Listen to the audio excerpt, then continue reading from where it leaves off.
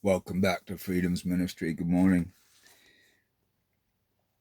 May 15th, 2026. The Thorn in the Flesh by R.T. Kendall. Hope for all who struggle with impossible conditions. Chapter 10, Personality Problems. We all have a thorn in the flesh, perhaps more than one. I am sure that one of them, for many of us, is having a personality problem. However, I have some doubt as to whether I should deal with this, and here is my fear. Because we are dealing with something that is not likely to go away, since Paul said, 3 times I prayed that it would leave, and it didn't. We may conclude that our personality problem is here to stay and therefore have no motivation to deal with it. We might excuse ourselves and say, well, that's me. That's just me. I will always be like that. Always have been, always will be. For that reason, I wondered if I should deal with it. Yet I feel I should for this reason. Having a personality problem is, for not a few, a real thorn in the flesh.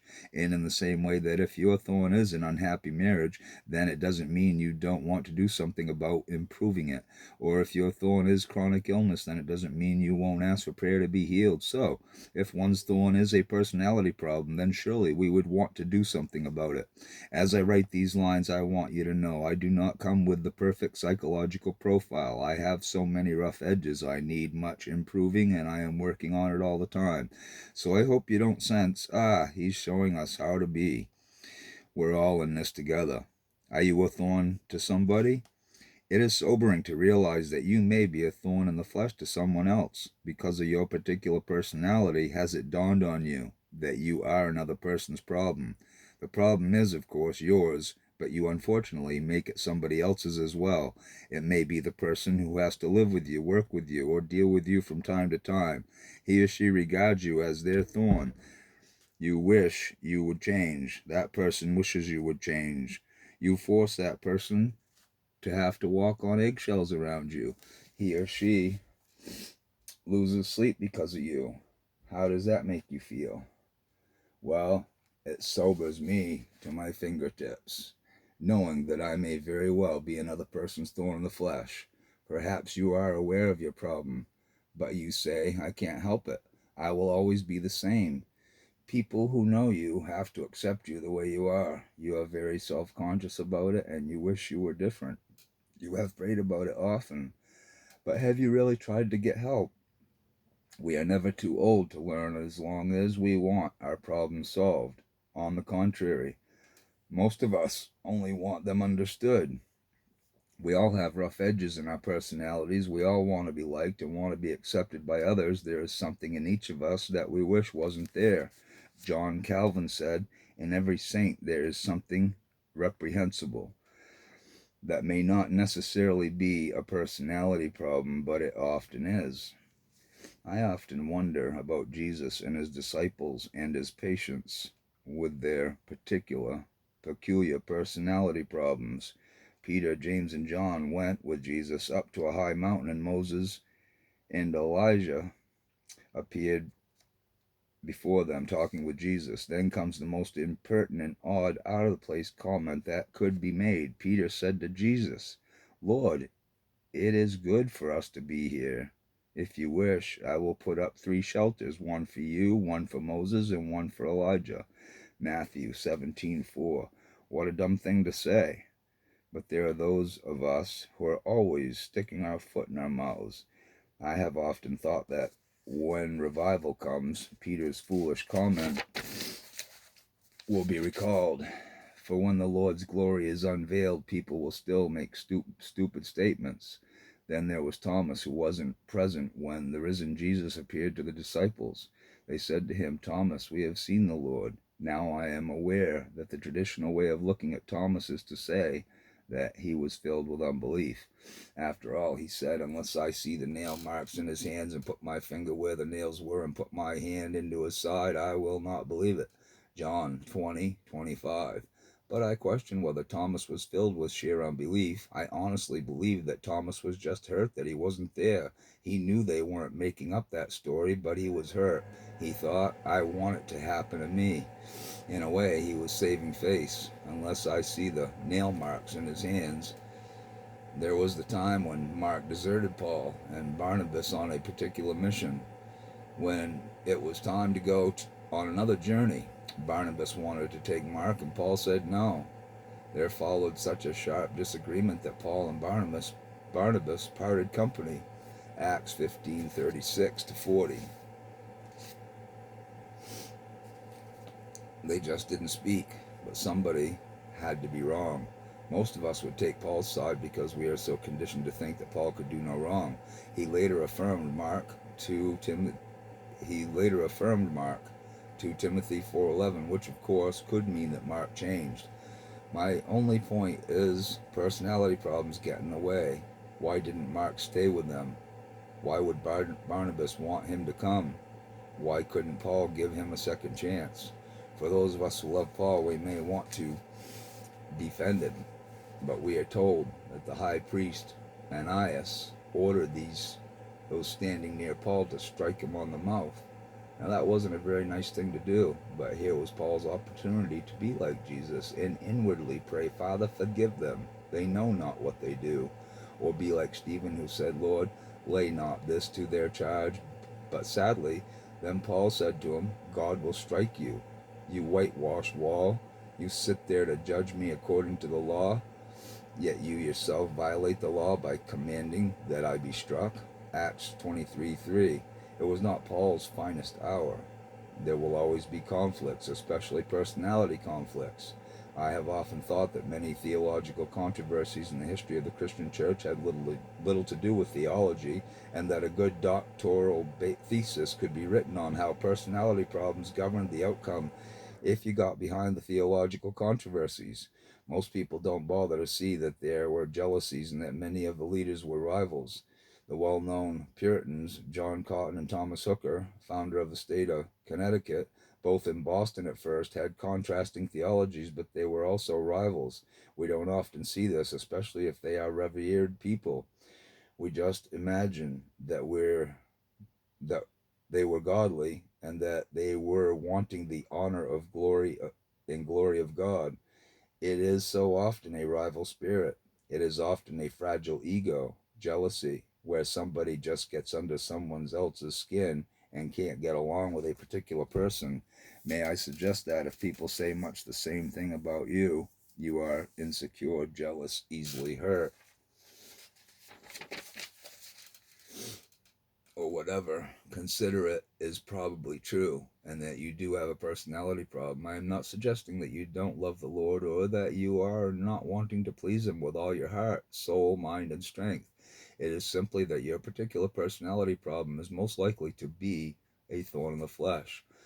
I'm not the one with the problem. What then is a personality problem? It is continued awkwardness in relationships. We all have one or more of these problems to some degree. Only Jesus had the perfect personality. He also had the perfect combination of self-confidence and care for others. That is the ideal person, having the balance of self-confidence, concern, and care for others.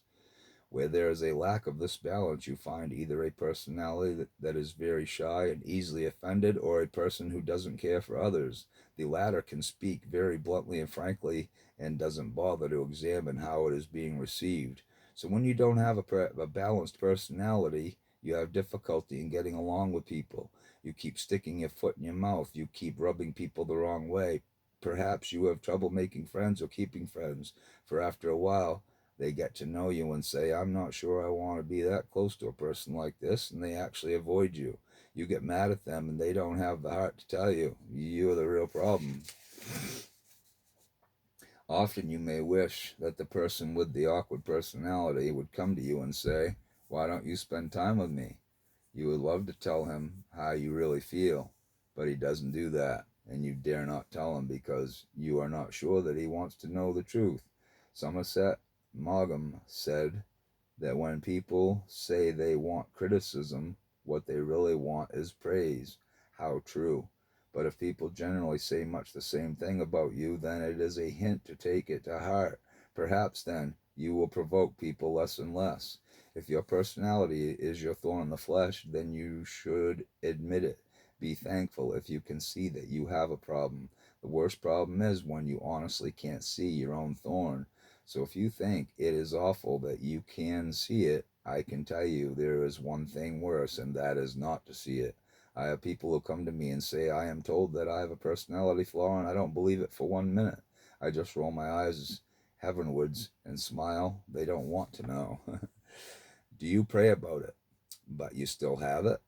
The reason you know it's a thorn is because it humbles you and embarrasses you. You say, I can't believe I have done it again. No matter how spiritual or close to God you get, it's still there. It doesn't mean that you are not a Christian or that you don't love the Lord, but sadly it could be why you don't have a wider usefulness in God's kingdom, all because you are a difficult person to get along with. The irony is that often people like this are spiritual. By that I mean they have a certain intimacy with God. Some even have had great experiences with God, but if they are not careful, they will take those experiences with God to mean that they are perfectly okay. Paul said, because of my surpassingly great revelations, there was given me a thorn in the flesh to compensate so one won't be conceited. Was a personality problem Paul's own thorn? Who knows? I'm okay, you're okay. To what extent is a personality problem a sin? Let us look at the degree eh, to which this is sin, and the degree to which it is merely a facet of someone's personality. In other words, at what point does this personality problem become a sin? Excuse me. At what point is it unavoidable and therefore not necessarily a sin? This is not an easy question to answer. There is a fine line between sin and a behavior that is the result of a deep hurt that has gone on for many years. A personality problem is not necessarily sin. It is because we are sinners that we have it. Yes, for none of us are perfect. And yet there is a point at which a personality problem becomes sin when you excuse it and justify it. If you say, well, that's just me, that's when it becomes a sin. It is sinful when we excuse ourselves and do nothing about it. What are the causes of a personality problem? All I can do now is look at the tip of the iceberg. There will be exceptions to what follows, but it gives a little hint as to why people are the way they are. Every person is worth understanding, as Clyde Narramore says. For example, an only child may be more self-centered than most. I was an only child until I was 15. I am sure that I have the same personality as an only child. A person like this likes the limelight, as I have a tendency to do, and that makes other people angry. Or take the person who is the oldest child. Have you ever noticed that often firstborn children are very serious and don't have much of a sense of humor? That's partly because the parents expected too much of them. They are often easier on the next child and even easier on the third. But then when you get to the last, the youngest child, it's almost worse than being an only child, because that child is the mother's baby and she wants to keep him or her young. The child just grows up wanting a lot of attention. Another example is a sickly child or an injured child. He grew up being cared for, cuddled, and being given special attention. Some of these children want that attention all the time. In other words, if a child was favored by a parent or rejected, which is that child will grow up with an unrealistic expectation or a chip on his shoulder. Take people who have difficulties with authority figures. Usually it goes right back to their relationship with their parents. We are all products of our yesterday. All behavior is, in some sense, caused by what happened to us in the past. This is true even if our behavior is partly traceable to inherited genetic traits. Unhappy peer relationships during childhood can also cause a personal emotional damage that becomes solidified in adulthood. When other children bullied you, it traumatized you and you never have been quite the same since. Afraid to trust people, you isolate yourself from them and you don't speak to anybody because you don't want to be hurt. Perhaps you weren't good at sports because you lacked self-confidence. Perhaps you were good academically, but you lacked self-confidence in other areas. Perhaps a school teacher didn't like you and you blamed yourself. Now you have a chip on your shoulder. All these things keep us from growing up, maturing, and developing self-confidence. To put it another way, too little or too much attention as we grew up. also adversely shapes our personalities. It is the way we are made. Some people retreat, some people are more outgoing. At the root of a good personality is the right measure of self confidence. There is a book called I'm Okay, You're Okay. The idea is that the person who has had too little self confidence grows up with the feeling, I'm not okay, but you're okay. The person who has had too much self confidence grows up saying, I'm okay, but you're not okay. But the balanced person is the one who says, I'm okay, you're okay. A personality problem will almost always manifest itself in some form of manipulation. The word manipulate in this context means when you use or control people and treat them as things rather than human beings. There are basically two forms of manipulation, active and passive. Active manipulation is when the person is obvious. He comes on strong and twists arms, rather like the high pressure salesman with an awful lot of confidence. Before you know it, you have agreed to something you didn't want to do. You've been manipulated. The active manipulator is seen in domineering personalities. The passive manipulator is not so easy to spot. You need to learn that nearly everybody is going to manipulate others in one way or another. How does the passive manipulator manipulate? He may go quiet. He sulks. He does it in a subtle way, but he still gets what he wants. If this is you, then learn to see this in yourself. Accept the fact that this may be you. If you are a passive manipulator, then it will be harder for you to recognize this fault because you sincerely don't think that you have that problem. Let me give some examples of how we turn people off. Take sulking, for example. That is, when we get quiet, it is forcing somebody else to ask the question, are you okay? So, that you might respond, yes, I'm fine, I'm fine. We sometimes begin to weep in order to get a response. If another person wasn't there, then there would be no tears, for if you were alone, you wouldn't be doing it. It is manipulation. That was what Mary, Lazarus' sister, was like. When Jesus came to the tomb of Lazarus, Martha got up and went, but Mary just stayed behind, sulking. See John 11:17-32. We may sulk because we are hurt or really disappointed, as Thomas did. He was simply hurt that he didn't see Jesus. So he then builds up his ego and says, well, I just want to see the nail prints. We can say things out of hurt or disappointment so easily. And yet the reality is that we only want to be understood. But some of us don't see it. Eventually it becomes a lifestyle. And when we are the sulking type of person, after a while, people just don't want to be around us. And God can't use us as much. Let's take, for example, the hypersensitive person. Here's someone so used to getting his feelings hurt that he walks down the street saying, I wonder who is going to hurt me today.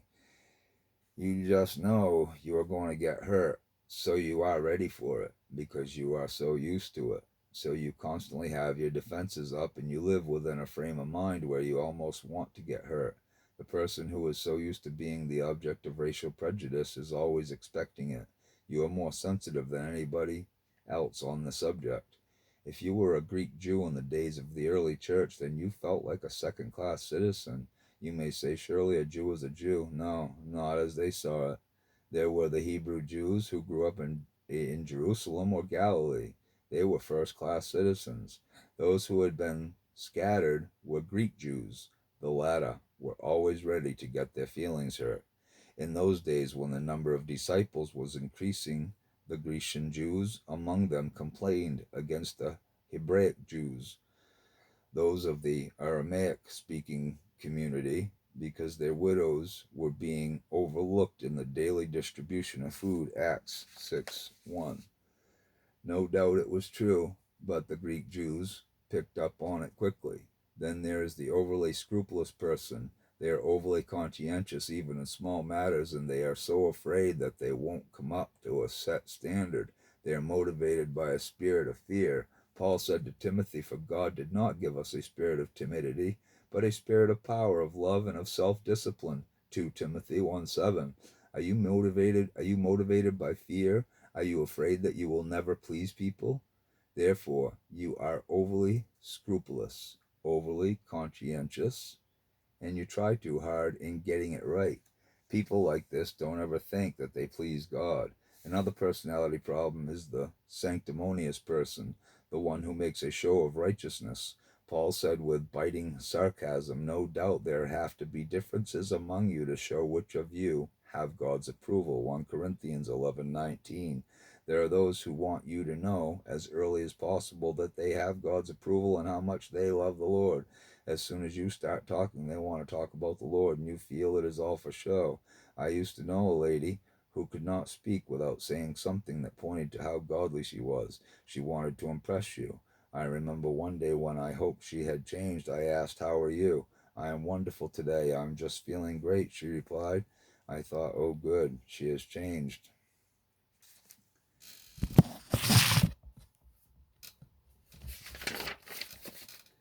But no sooner than I thought that, she added, "and everything is fine with Jesus. Don't you love our Savior? All show. You say to a person, 'God bless you,' and he replies, 'He does.'" But oftentimes this is to cover some sense of guilt. Frequently, people who are so eager to impress you about how godly they are often are covering up something. Robert Burns put it, "Oh, wad some power the gift he gi'e us, to see ourselves as others see us." Robert Burns meant that it is a great thing if God will give you presence of mind so you actually see yourself as others do. Oh, it may hurt. You may think, "Is that really the way they see me?" Then there is the snob. That is the person who has an exaggerated respect for social position, wealth, certain attainments, or taste. The snob doesn't want to mix with people whom he regards as inferior to him. God does not like that attitude. If you want to know how much he doesn't like it, I must remind you that this is the reason why some died, some are weak, and some were ill following the Lord's Supper in Corinth. When the well-to-do took over and the poor were treated as second class, God rolled up his sleeves and said, "Not at my son's supper you don't." See 1 Corinthians 11:17-32. Snobs gravitate only toward those who will make them look good. The relationships they form are superficial and contrived. You may say, "But surely this is sin. This is just carnal pride." No doubt this is true. People like this fear they won't be admired. Try to sympathize. It is their way of getting their egos stroked. They won't be admired if they are not seen with a certain kind of person. But are we not all like that to some degree? At the other end of the spectrum is the subservient person, one who is excessively submissive. He lacks independence. He lacks self-confidence. Barak was like this. See Judges 4:4-16. Deborah came to him with the word of the Lord to conquer the enemy. But Barak said, "If you don't go with me, I won't go." Deborah replied, "If that's the way you want it to be, that's fine, but the glory will go to a woman." Barak did not care. He didn't mind. These people usually have no sense of autonomy. Sadly, they may think it is a sign of being humble, but it has absolutely nothing to do with humility, is it? It is often their way of trying to please people, being excessively available, serving. It is sometimes a way to get attention by trying too hard to please people. Another category of personality problem is the very strict person. It is just as it sounds. Such people require everybody to come up to their standard. Whereas Proverbs 19:11 says, "A man's wisdom gives him patience. It is to his glory to overlook an offense." A rigid person cannot overlook anything. If he sees something wrong, he feels he must step in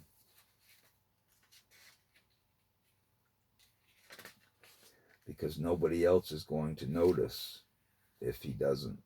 A strict person goes in with his sleeves rolled up. Everything with him is either black or white. People like this often point a finger at others, always moralizing and seldom gracious. They wonder why people back off from them. Then there's the suspicious person who mistrusts everyone's motives. David said, "And in my dismay I said, all men are liars." Psalm 116:11. People like this are afraid to become close to anyone. Otherwise, they might get hurt again. People with a bit of money or prestige don't form friendships because they think They are only wanted because they are rich or famous. The result is that they are lonely. Another personality problem is a slanderer. Slanderers are only comfortable in a relationship when they are running somebody down. Have you ever seen somebody like that in action? If you were able to walk up to two people conversing and eavesdrop on their conversation, you would know and not be surprised that they are talking about somebody and saying something negative. A gossip betrays a confidence, so avoid a man who talks too much. Proverbs 20:19. Remember this rule of thumb. If people gossip to you, they will also gossip about you. There are those who think it is the easiest way to make a friend. I have known cases in which someone, in order to become friends with a complete stranger, will say something like, "Do you know what's wrong with this place? Let me tell you what's wrong with these people here." And the other person says, "Yes, tell me." They always love it if somebody is going to say something negative. You feed off each other's emotions. Speaking in a negative way is what some relationships are built on. Then there is the stormy person. There is someone who is volatile, having extreme mood swings from one day to another. You are afraid to see him because you never know what mood he is going to be in that day. If he is happy, you think, "Oh, it's nice to be around them." But if he is in a bad mood, you think, "I'm getting out of here." A hot-tempered man must pay the penalty. If you rescue him, you will have to do it again. Proverbs 19:19. The above are examples of personality flaws and why some people can't make friends because they are always sticking their foot in their mouths. The key in many cases is the tongue, and this is where it becomes a spiritual or moral problem. We're responsible for what we say. When we put bits into the mouths of horses to make them obey us, we can turn the whole animal. Or take ships as an example. Although they are so large and are driven by strong winds, they are steered by a very small rudder wherever the pilot wants to go. Likewise, the tongue is a small part of the body, but it makes great boasts. Consider what a great forest is set on fire by a small spark. The tongue also is a fire, a word of evil among the parts of the body. A world of evil among the parts of the body. It corrupts the whole person, sets the whole course of his life on fire, and is itself set on fire by hell. James 3:3-6. A personality problem could eventually become a spiritual problem because we are responsible for what we say. There are those who, if they can't control their tongue, will have no relationships. You know you are not going to be friendly with this person because they want to control you. They wonder why people avoid them. There are those who, if they can't be your closest friend, distance themselves from you and speak against you. What is God's design in letting us have a personality problem? As the hymn puts it, "When through fiery trials thy pathway shall lie, my grace all sufficient shall be thy supply. The flame shall not hurt thee, I only design thy dross to consume and thy gold to refine." I believe this is a thorn we can alter. We don't have to remain as we are. God sends it to humble us, so we must not justify it. Don't just pray about it, do something. Listen to criticism. God gets our attention through a thorn to help us to see how we could be hurting others and might be their thorn in the flesh. I would hate to think that I am someone else's thorn. I should want to know. This is God's way of getting our attention, so that we will learn to listen to others and accept criticism. At the Lord's Supper, we are to examine ourselves. 1 Corinthians 11:28. As I said in a previous chapter, when you want to be healed, I suggest that you confess your faults to the elders. It shows how deeply you feel about wanting to get things right. James said that if you do that, you may be healed. James 5:16. In the meantime, accept accept constructive criticism. Do you want to solve the problem or only to have it understood? God gives us the thorn also to see how a personality problem can grieve the Holy Spirit. Ephesians 4:30. If you really love God, then you won't want to grieve the Holy Spirit. What we should do is develop a sensitivity to the Spirit. We should examine ourselves in the light of the descriptions I listed above and then say, Lord, could it be that it's not just other people I am hurting, or that I am being deprived of wider usefulness, but I am grieving you? Paul said, let your conversation be always full of grace, seasoned with salt, so that you may know how to answer everyone. Colossians 4-6. A quick way, excuse me, a quick way to overcome personality problems is to speak only blessings to people. We will be much further down the line if we speak only blessings, Peter said. Finally, all of you, live in harmony with one another. Be sympathetic, love as brothers. Be compassionate and humble. Do not repay evil with evil or insult with insult, but with blessing. Because to this you were called, so that you may inherit a blessing. 1 Peter 3:8-9. Learn to be gracious and accepting. Let people save face. You can win. You can win a friend forever that way. Let your gentleness be evident to all. Philippians 4:5. Only Jesus had the perfect personality. He had self-confidence and he was never controlling. He cared. Make Jesus your hero. People will be able to tell that he is your hero. And what's more, the day may come when that thorn just isn't there anymore. Even though the rain comes down, it brings life into the ground. And I know the sun will shine that brings hope into this heart of mine. I know God can heal all things, broken lives and broken wings. Only He can mend a heart that this world has torn apart. Don't look back into the past. What was fire now is ash. Let it all be dead and gone. The time is now for moving on. As the seasons make their turn, there's a lesson here to learn. Broken wings take time to mend before they learn to fly again. On the breath of God they'll soar and be stronger than before. End of reading. Thank you all for listening. Hope you all have a wonderful, blessed day. Keep coming back. It's an awesome book.